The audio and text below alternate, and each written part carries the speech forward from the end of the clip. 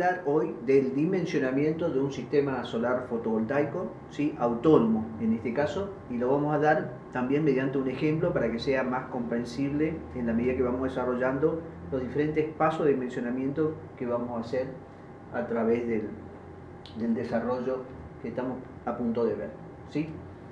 Vamos a ver algunos conceptos que tenemos que refrescar, como es la hora solar pico, ¿no es cierto?, la irradiancia y la irradiación, ¿cierto?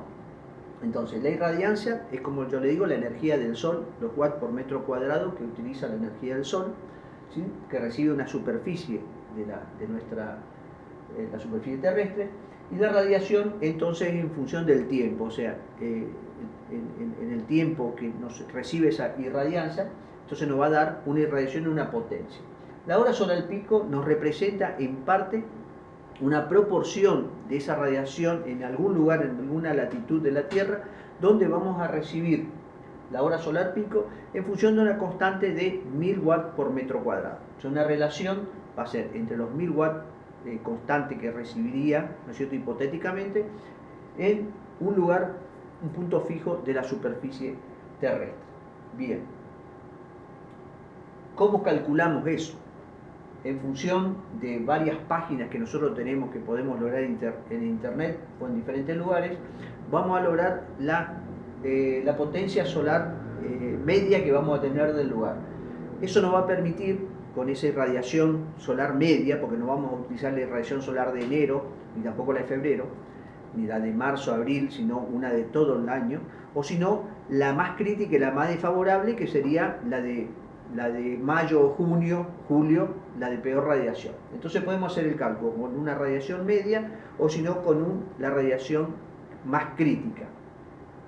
Perfecto. ¿Cómo haremos el dimensionamiento?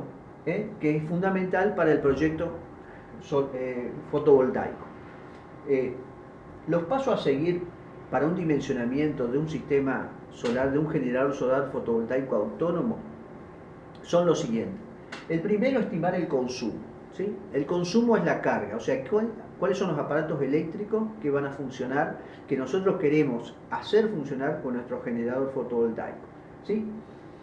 Segundo, los datos del lugar. Importantes los datos del lugar para saber la radiación solar con la que vamos a contar y también de esa manera poder tener idea de las horas solar pico con las que vamos a dimensionar. Proceder al dimensionamiento del generador fotovoltaico. Una vez que dimensionamos eso, debemos dimensionar el sistema de acumulación, o sea, las baterías, luego dimensionar el regulador de carga, ¿no es cierto? Y por último, dimensionar el inversor para aquellos aparatos de corriente alterna que funcionen en el lugar donde vamos a instalar el generador fotovoltaico. ¿Bien? Como lo vamos a hacer con un ejemplo para que sea más fácil de captar, vamos a decir que tenemos una vivienda o un lugar donde queremos hacer funcionar 5 lámparas de corriente continua, cada una de 15 vatios, ¿sí? Una lavadora en corriente alterna, ¿sí?, de 350 vatios, y una heladera también en corriente alterna de 110 vatios. Algo muy importante que se debe tener en cuenta cuando uno va a dimensionar un sistema fotovoltaico son, por un lado, los watts y por otro, las horas de uso de esos elementos. No es lo mismo una lavadora que puede funcionar un determinado tiempo mínimo que una heladera que prácticamente casi funciona las 24 horas, de los cuales vamos a tomar entre arrancada y parada un tiempo determinado. Igual las luces, que normalmente no están todo el día prendidas.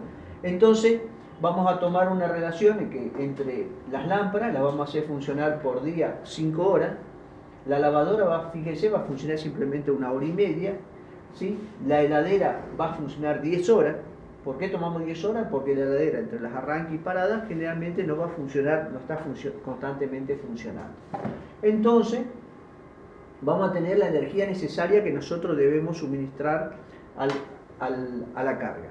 Fíjense que tenemos, en el caso de las lámparas, pasó de 15 vatios a 375 watt hora, de 300 la lavadora de 300 vatios a 525 watt hora, y la heladera, que tenía solo 110 vatios, es la que más incide en el consumo, 1100 watt hora. Entonces fíjense cómo los elementos que funcionan mucho tiempo son los que más inciden en los watt hora o watt point que nosotros vamos a tener que suministrar. Luego de esa energía le vamos a agregar en nuestro caso un pequeño margen de seguridad que puede estar entre un 10 y un 20%, le agregamos ese 20% y tenemos en definitiva los 2004 watt hora días que el sistema, el generador fotovoltaico debe satisfacer. Bien, perfecto. En función de eso, de este dimensionamiento, de ese cálculo, vamos a pasar al dimensionamiento de los consumos medios diarios que vamos a tener, ¿sí? Bien. Acá vamos a tener un consumo medio que va a estar en función de las cargas de corriente continua y vamos a tener también un dimensionamiento medio en función de las cargas de corriente alterna, ¿sí? Eso lo vamos a dividir las cargas de corriente alterna por el rendimiento del inversor, vamos a tener en cuenta eso. Y todo eso vamos a tener un rendimiento de la batería y un rendimiento de los conductores, que en este caso los conductores prácticamente no tienen pérdida. Entonces, reemplazando los valores que teníamos en cuenta, ¿sí? Las cargas que tenemos en corriente alterna, en corriente continua, dividiendo, vamos a tener que la energía total necesaria a producir son 2.755 watt hora por día, ¿sí? Este es nuestro dimensionamiento en este caso. Todo se va a basar sobre esta potencia que vamos a tener que dimensionar todo nuestro sistema fotovoltaico. Bien, con esos ejemplos, ¿sí? Vamos a tener vamos a hacer un ejemplo práctico, vamos a tener que contar con un panel solar. En este caso nuestro, contamos con un panel solar cuya potencia es de 180 watts, ¿sí? Con una tensión máxima de 38,55 voltios, una corriente máxima de 4,9 amperes y una corriente cortocircuito de 5,30 amperes. ¿Sí? Por lo tanto, partimos con que nosotros contamos con este elemento, este módulo solar, y en función de eso vamos a ir desarrollando el cálculo. ¿Bien? ¿Cómo dimensionaremos eso? Primero vamos a dimensionar, como decíamos, los módulos fotovoltaicos, que es el paso que ahora nos interesa a nosotros, ¿sí? Después veremos la batería, el regulador y por último el inversor. Pero en el caso en particular, lo primer paso que es dimensionar los módulos solares. Bien, como nosotros ya teníamos la carga, que eran los 2.755 watt hora, ¿no es cierto? Era esto acá. Vamos a ver cuál es la demanda de energía en amperes que vamos a tener. Y son los 2.755 watts. Dividido, en nuestro caso, vamos a trabajar con una tensión que vamos a elegir de acuerdo al colector que tenemos, que dijimos que era de 38 voltios, de 24 voltios. ¿Sí? Eso nos da que vamos a tener un amperaje de 114,8 ampere horas por día, ¿sí? Lo que debe producir el generador fotovoltaico, ¿de acuerdo? Bueno, y llegamos al punto donde podemos dimensionar ya el número de módulos. ¿Y cómo lo vamos a dimensionar? En función de la potencia del módulo que estamos utilizando, en este caso yo tomé uno de 180 vatios, en las horas solar pico, ¿sí? Que lo estamos teniendo en función de una superficie, de un lugar donde tenía 3,32 watt hora por metro cuadrado, y para hallar las horas solar pico lo hemos dividido por 1000, que es la constante que nosotros utilizamos, ¿no es cierto?, de watt hora. Entonces me da 3,32 y por un rendimiento, ¿no es cierto?, nos cubrimos de un 0,9%. Dividiendo los 2755 watt hora que debíamos nosotros producir por la potencia del módulo, por las horas solar pico que hemos tomado en el lugar físico que estamos geográfico ubicado, y por 0,9, ¿no es cierto?, nos da de cálculo 5,12. Redondeamos 6 módulos solares. Quiere decir que para satisfacer la energía de los 114,8 amperes hora, los 2755 watt hora, necesitaremos colocar 6 módulos de 180 vatios. Bien, pero ahora debemos comprobar si realmente va a cumplir ese requisito.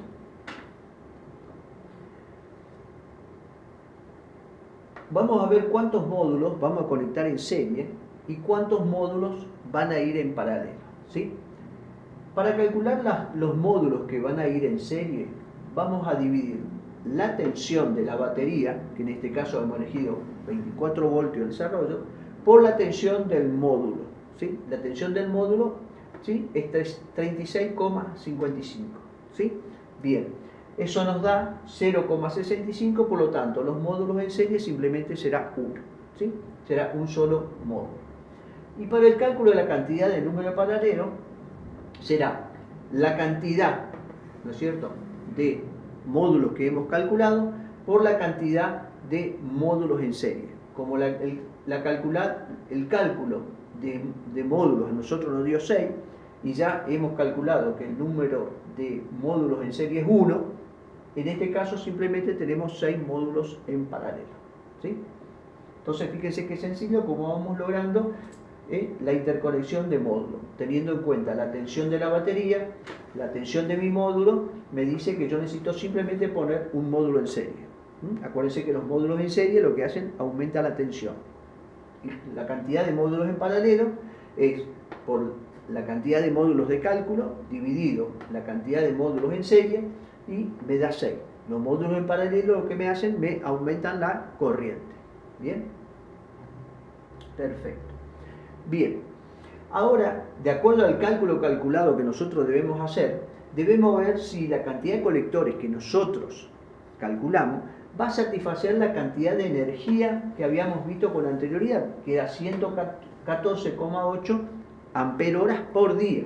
Bien, de acuerdo a la hora solar pico, nosotros debemos producir, mi generador fotovoltaico debe producir 34,57 amperes, ¿sí?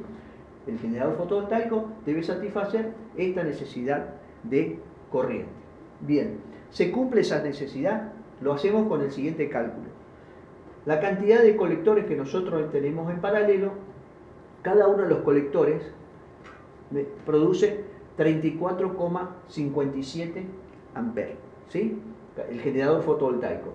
Si yo lo divido por los 4,9 que genera cada generador, la corriente que genera cada módulo, me dice que la cantidad debe ser 7. Y acá está el recálculo que se hace para satisfacer la necesidad de la corriente. Por lo tanto, anteriormente habíamos calculado que la cantidad eran 6, pero cuando vamos a comprobar, de acuerdo a la corriente necesaria que debe generar el módulo fotovoltaico, nos dice que si mi módulo genera 490 amperes, para tener esta corriente necesito 7 módulos. Entonces, el cálculo ahora pasa de 6 módulos en paralelo a 7 módulos. Es la comprobación que debemos hacer en función de las horas solar pico. Tengan en cuenta eso. Una vez que hemos hecho ese cálculo que hemos tenido determinado, pasamos a lo que se denomina el cálculo de la batería. ¿Bien? Porque ya tenemos calculado los amperes necesarios que está produciendo nuestra central fotovoltaica. Como vamos a utilizar una batería con una profundidad de carga del 70%, lo que se dice en las baterías solares, tenemos dos tipos de descarga. Una descarga máxima que es estacional cuando son del 70%, o si no, profundidad de descargas diarias que son del 15%. Son dos tipos de baterías diferentes, ¿no es cierto? ¿Sí? Y los días de autonomía, que son cuántos días queremos que el sistema funcione sin radiación solar, ¿sí? En este caso, tomamos un poco exagerado, 6 días, quiere decir que es una zona donde realmente puede haber muchos días sin sol. ¿Tá? La capacidad de la batería en función de su descarga máxima, en el caso que fuera descargas diarias máximas, lo vamos a tener en función de la potencia de watt-horas días que nosotros debemos generar, dividido la profundidad de descarga de la batería, que en este caso es diaria, que es de un 15%, por un factor que en este caso el factor lo tenemos en el valor 1, ¿cierto? Factor de corrección de la batería. Y eso nos dice que nosotros tenemos que tener una producción de 18.357 watt-hora, ¿sí? Pero lo que a nosotros nos interesa son las descargas estacionales, o sea, las descargas profundas, ¿sí? Entonces lo que realmente vamos a hacer nosotros es trabajar y ver la diferencia que hay entre una descarga estacional y una descarga profunda estacional, ¿sí?